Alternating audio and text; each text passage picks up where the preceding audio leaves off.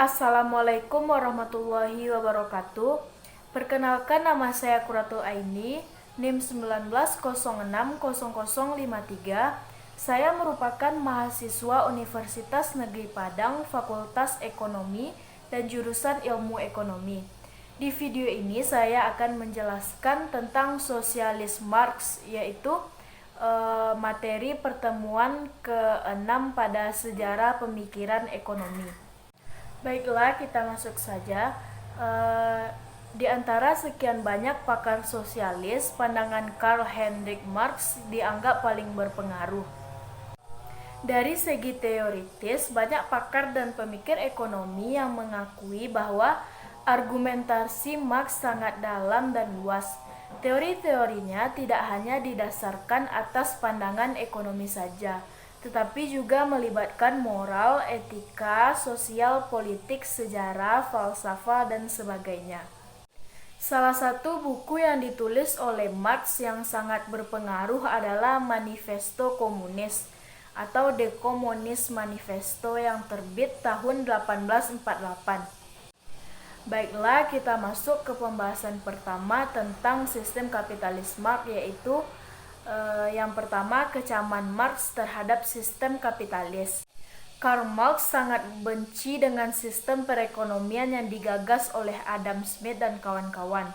Untuk menunjukkan kebenciannya, Marx menggunakan berbagai argumen untuk membuktikan bahwa sistem liberal atau kapitalis itu buruk. Argumen-argumen yang disusun Marx dapat dilihat dari berbagai segi, baik dari sisi moral, sosiologi maupun ekonomi. Dari segi moral, Marx melihat bahwa sistem kapitalis mewarisi berbagai ketidakadilan dari dalam. Ketidakadilan ini akhirnya akan membawa masyarakat kapitalis ke arah kondisi ekonomi dan sosial yang tidak bisa dipertahankan. Walau ada pengakuan bahwa sistem yang didasarkan pada mekanisme pasar ini lebih efisien, sistem ini tetap dikecam. Hal itu karena sistem liberal tersebut tidak peduli tentang masalah kepincangan masyarakat. Dari segi sosiologi, Marx melihat adanya sumber konflik antar kelas. Dalam sistem liberal kapitalis yang diamati Marx adalah sekelompok orang, yaitu pemilik modal yang menguasai kapital. Di lain pihak ada sekelompok orang lain, yaitu kaum buruh, sebagai kelas proletar yang seperti sudah ditakdirkan untuk selalu menduduki posisi kelas bawah. Dari segi ekonomi, Marx melihat bahwa akumulasi kapital di tangan kaum kapitalis memungkinkan tercapainya pertumbuhan ekonomi yang tinggi. Akan tetapi, pembangunan dalam sistem kapitalis sangat bisa terhadap pemilik modal. Yang kedua yaitu teori pertentangan kelas. Menurut Marx, sejarah segala masyarakat yang ada hingga sekarang pada hakikatnya adalah sejarah pertentangan kelas. Di zaman kuno ada kaum bangsawan yang bebas dan budak yang terikat.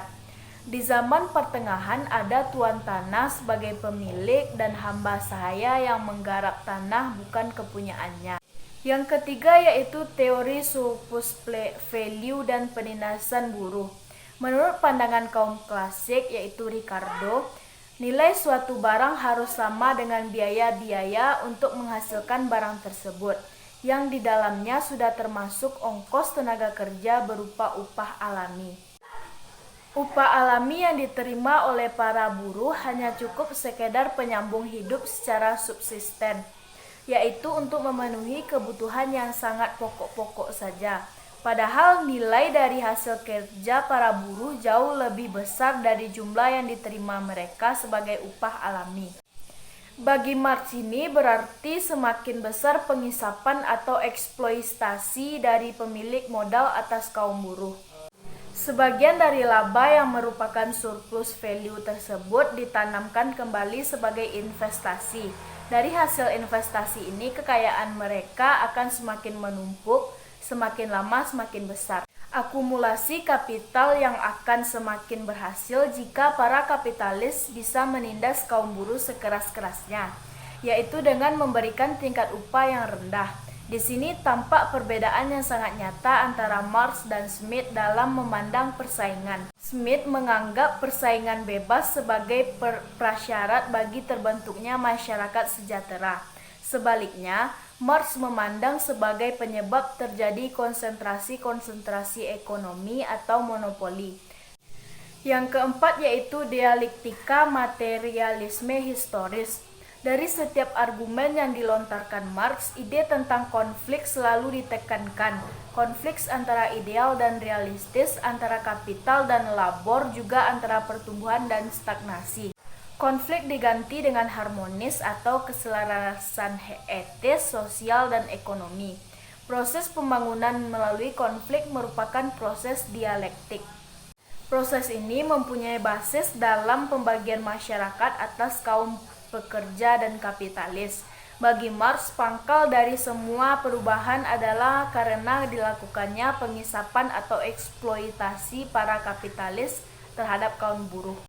Berdasarkan dialektika materialisme sejarah, Marx percaya bahwa kekuatan ekonomi sangat menentukan hubungan-hubungan produksi pasar, masyarakat, dan bahkan termasuk suprastruktur, yaitu ideologi, falsafah, hukum sosial, budaya, agama, kesenian, dan sebagainya. Yang kelima yaitu fase-fase perkembangan masyarakat. Menurut Marx, semua kelompok masyarakat akan mengalami fase-fase sebagai berikut. Yang pertama yaitu komunisme primitif atau suku.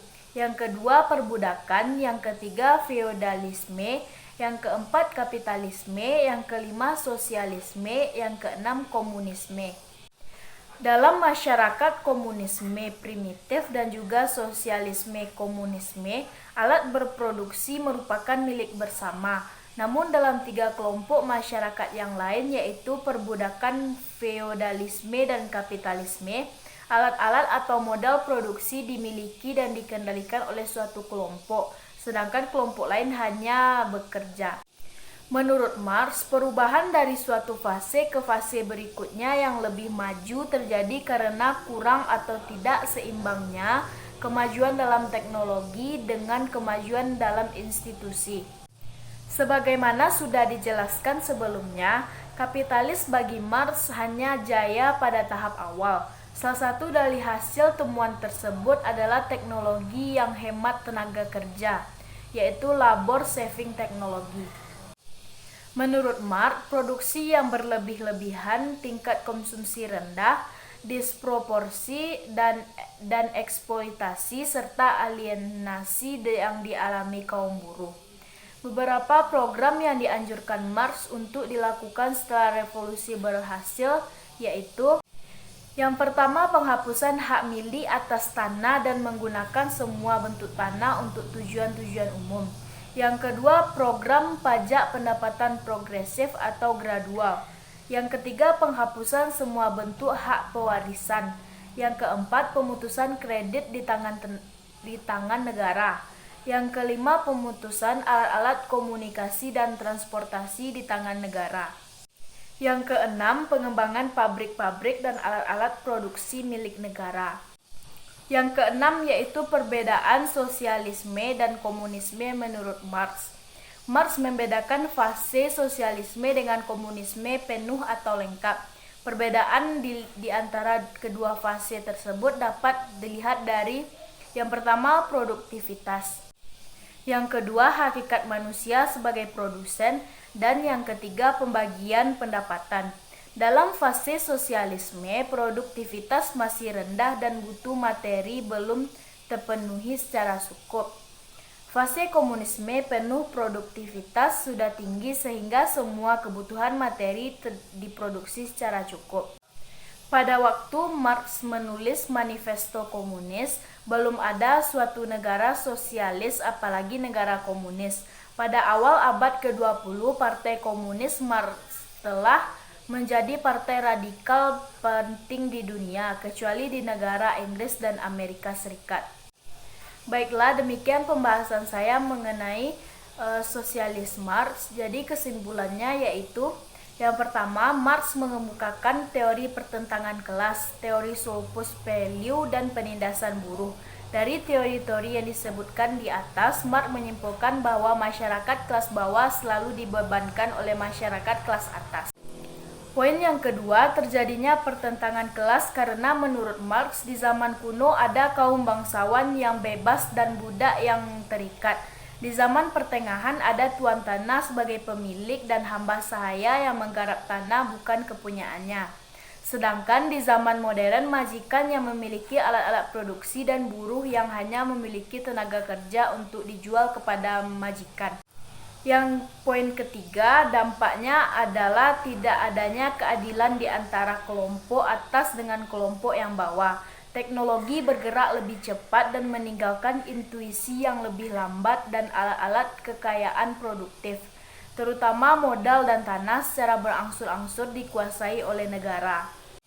Poin yang keempat, perbedaan sosialisme dan komunisme menurut Marx yaitu adanya produktivitas, adanya hakikat manusia sebagai produsen, dan adanya pembagian pendapatan sesuai surplus value. Baiklah, hanya sekian pembahasan saya mengenai sosialisme Marx. Jika ada salah, saya mohon maaf. Assalamualaikum warahmatullahi wabarakatuh.